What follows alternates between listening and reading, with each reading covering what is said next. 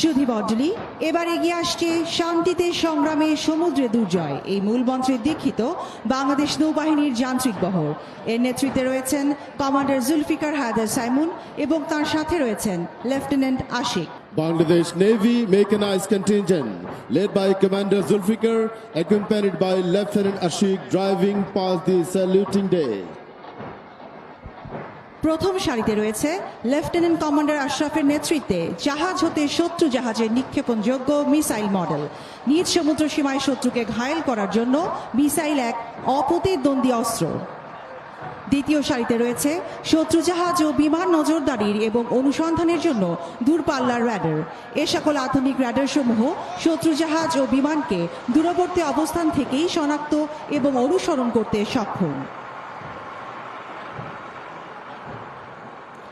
তৃতীয় সারিতে রয়েছে লেফটেন্যান্ট কমান্ডার শামীমের নেতৃত্বে জাহাজ হতে শত্রু বিমানে নিক্ষেপণযোগ্য মিসাইল মডেল এবং বিমান বিধ্বংসী মধ্যম পাল্লার সমরাস্ত্র।